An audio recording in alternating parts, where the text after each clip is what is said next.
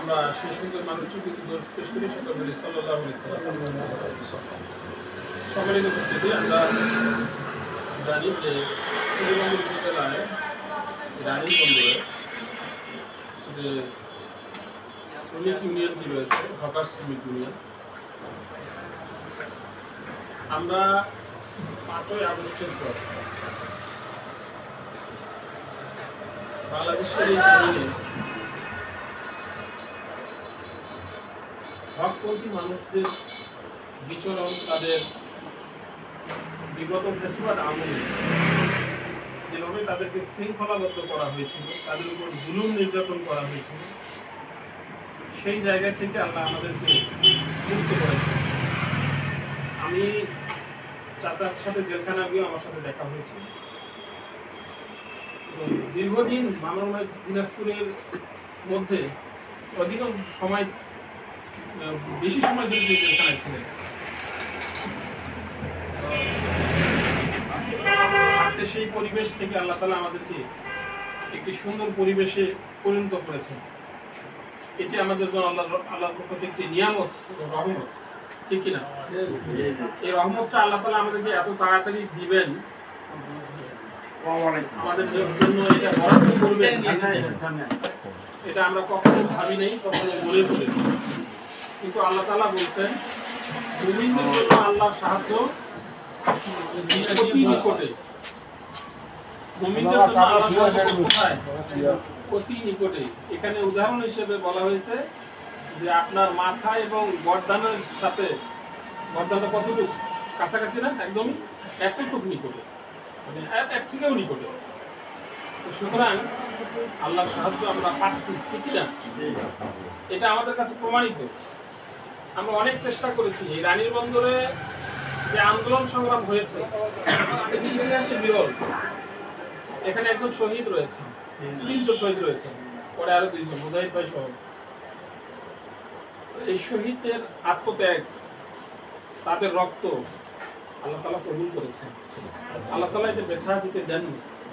আজকে যারা এই জুলুম নির্যাতন করেছেন, আমরা নেতৃবৃন্দের কাছ থেকে, কেন্দ্রীয় নেতৃবৃন্দের কাছ থেকে যেটি শুনতাম, জানতাম যে এই শক্তি এমনভাবে বিতাড়িত হবে, তাদের নাম নেওয়ার মতো কোনো লোক থাকবে না। আজকে আমরা তাই দেখতে পাচ্ছি, আলহামদুলিল্লাহ। সুতরাং জুলুম নির্যাতন করে কখনো কোনো মানবতাকে পদদলিত করা সম্ভব হবে না। কোনো মানুষদেরকে, কোনো ঐক্যবদ্ধ কোনো শক্তিকে নস্যাৎ করে দেওয়া সম্ভব নয়। সম্মানিত ভাইরা, এই জন্য আমাদেরকে সবসময় ঐক্যবদ্ধ থাকতে হবে। আজকে যে ট্রেড ইউনিয়নের মাধ্যমে আমরা এখানে সমবেত হয়েছি, আমরা এই ট্রেড ইউনিয়নটাকে আরও বেশি সমৃদ্ধ করব।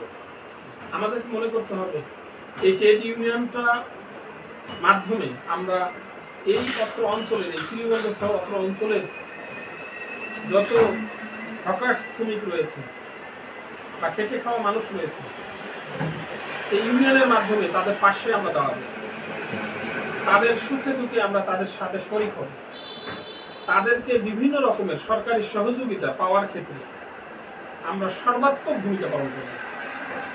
তারা যাতে করে সকল প্রকার সুযোগ সুবিধাগুলো পায়, সে ব্যাপারে আমাদেরকে অগ্রণী ভূমিকা পালন করতে হবে। যদি আমরা এটি করতে পারি, তাহলে সকলেই আমাদের পাশে এসে দাঁড়াবে এবং তাদেরকে নিয়ে আমরা একটি সুন্দর সমাজ ব্যবস্থা চালু করতে পারি। সম্মানিত, শুধু তাই নয়, যে সমস্ত ভাইরা আজকে আমাদের এই ট্রেড ইউনিয়নের মাধ্যমে শ্রমিক কল্যাণ ফেডারেশনে এসে যুক্ত হয়েছে, আমরা সেই সমস্ত ভাইদেরকে দুনিয়ায় তাদের অধিকার আদায়ের ক্ষেত্রে নিশ্চয়তা দেওয়ার ব্যাপারে আমরা যতটুকু ভূমিকা পালন করব, তেমনিভাবে আমরা পরকালীন জীবনে তাদেরকে যেন একজন পূর্ণাঙ্গ মুমিন হিসেবে নিয়মতান্ত্রিকভাবে করতে পারি না, পারি কি?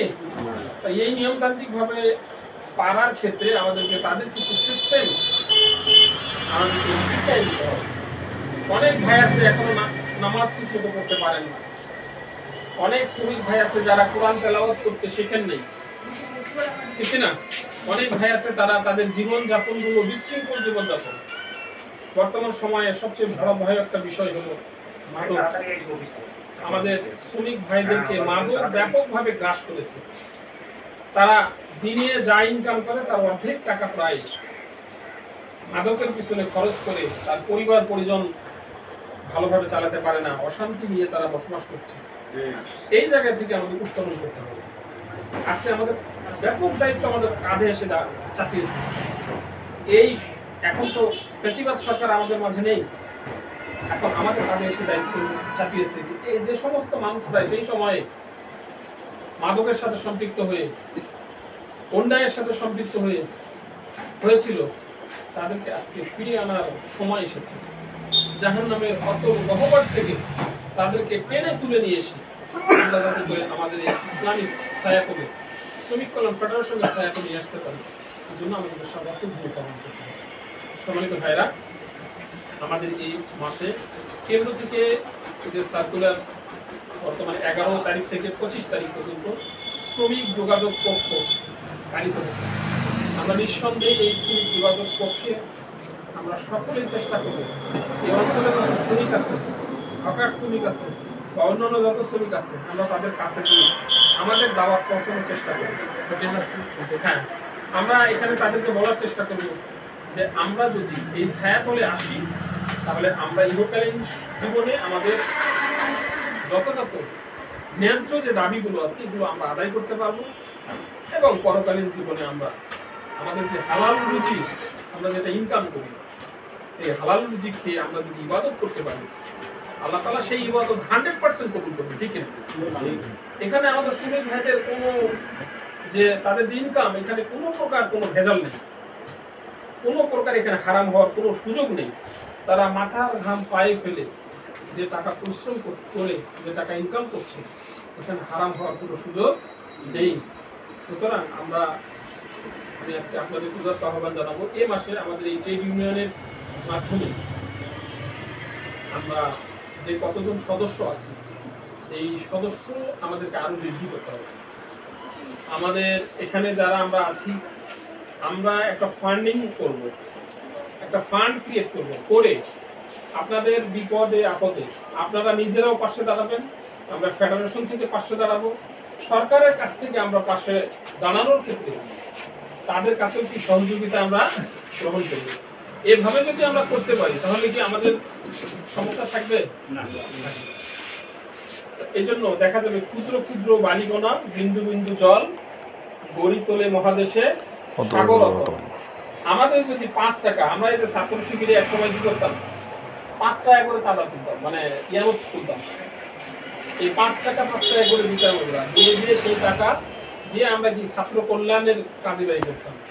অনেক শিক্ষার্থী আছে, অনেক ছাত্র আছে যাদের পড়াশোনার খরচ বাবা মার কাছ থেকে নিতে পারতো না, সেই খরচটা কি আমাদের ছাত্র সংগঠন থেকে আমরা দিতাম। অনেক ভাইকে মেডিকেলে পড়ানোর ক্ষেত্রে ভূমিকা পালন করেছে, অনেক ভাইকে বিশ্ববিদ্যালয়ে পড়ানোর ক্ষেত্রে ভূমিকা পালন করেছে। সুতরাং এই কাজগুলো আমাদের করতে হবে। এটা করতে গেলে তো আমাদের কি মুখের কথাই মানুষ শুনবে? শুনবে না। আমি শুধু মিষ্টি মিষ্টি বক্তব্য দিয়ে গেলাম, এই বক্তব্য দিয়ে কি মানুষের পেট ভরবে? মানুষের সমস্যার সমাধান হবে? তাহলে কি করতে হবে? আমাদের আল্লাহ তাআলা এখানে পবিত্র কোরআনে সূরা বাকারার প্রথমেই বলেছেন, কি বলেছেন? যে তোমাদের রিজিক থেকে কি করো? খরচ করো। আমাদের যে রিজিক আল্লাহ বরাদ্দ দিয়েছে, এই বরাদ্দ কিন্তু রিজিক থেকে আমাদের কি করতে হবে? ব্যয় করতে হবে। আল্লাহর রাস্তায় ব্যয় করতে হবে। মানুষের সুখে সমস্যায় পাশে দাঁড়াতে হবে। আমরা যদি দাঁড়াতে পারি তাহলে আমরা কি হবে? মোত্তাকির কাতারে আমরা শামিল হতে পারবো। সম্মানিত ভাই, এই জন্য আপনাদের কাছে আমি আহ্বান যে আমরা এই ট্রেড ইউনিয়নের সদস্য কতজন আছে? 387 জন। এটাকে আমরা 500 জনের উন্নতি করতে পারি। আমরা এই মাসে টার্গেট দিয়েছি যে আমরা এই মাসে আপনাদের কমপক্ষে 50 জন সদস্য বৃদ্ধি করতে হবে।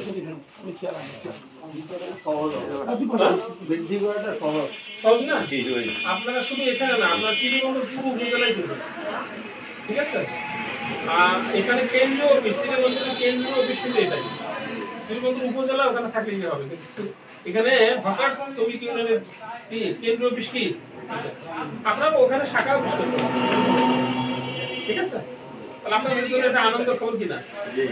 আপনাদের এই সিটি বলতে যেতে হচ্ছে না, ঠিক কিনা? তাহলে এটা অবশ্যই আনন্দ দিবে, আপনাদের সৌভাগ্যের বিষয়। হ্যাঁ, তো এই জন্য আপনাদেরকে এই সদস্য বৃদ্ধির কাজটা করতে হবে। 2 নম্বর কাজ হলো আপনাদের অফিস খুব সুন্দর ডেকোরেশন আছে, এই অফিসে বসার কালচারটাকে আপনাদের ডেভেলপ করতে হবে। এখানে আপনারা কি করবেন, ভাইরা একটা নির্দিষ্ট টাইমে বসবেন, এখানে কোরআন শিক্ষার আসর বসবে সপ্তাহে এখানে হাদিস পাঠ হবে।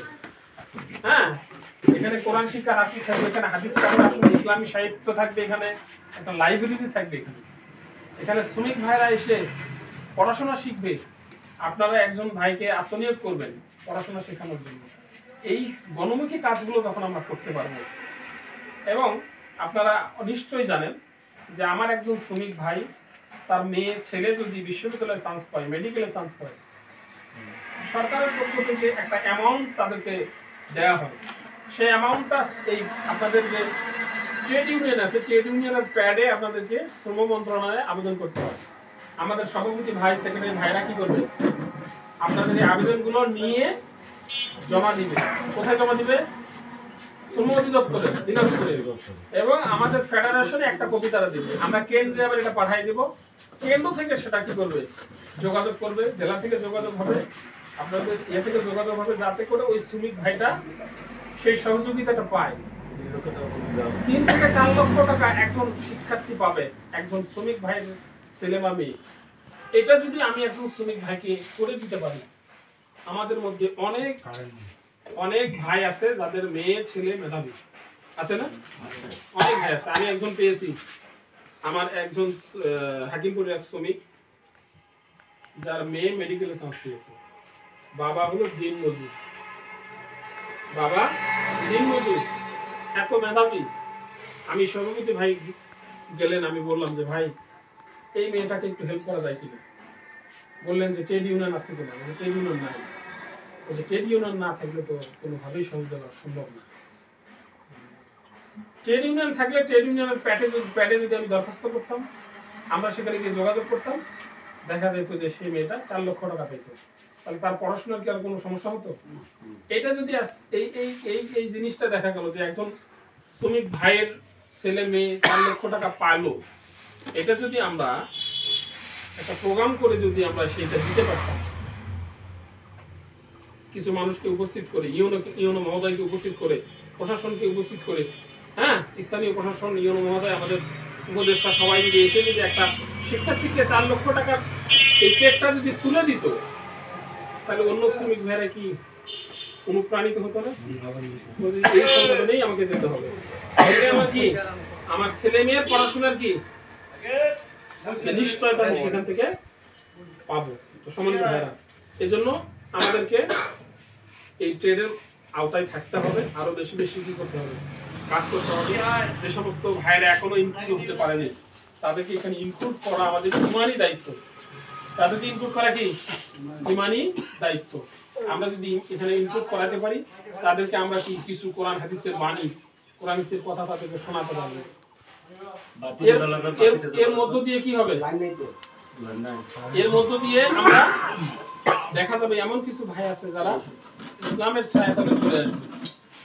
সেই ভাইটা যতদিন কাজ করবে, যতদিন ইসলামের ছায়াতলে থাকবে, ততদিন আমরা এই মানুষগুলো সবাই সত্যি জারিয়া হিসেবে আমাদের আমলনামায় কি একটা অংশ, সওয়াবের অংশ আসতেই থাকে।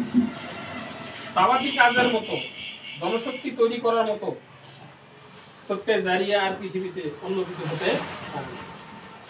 আপনি একজন মানুষকে কোরআন পড়া শিখালেন, এর থেকে বড়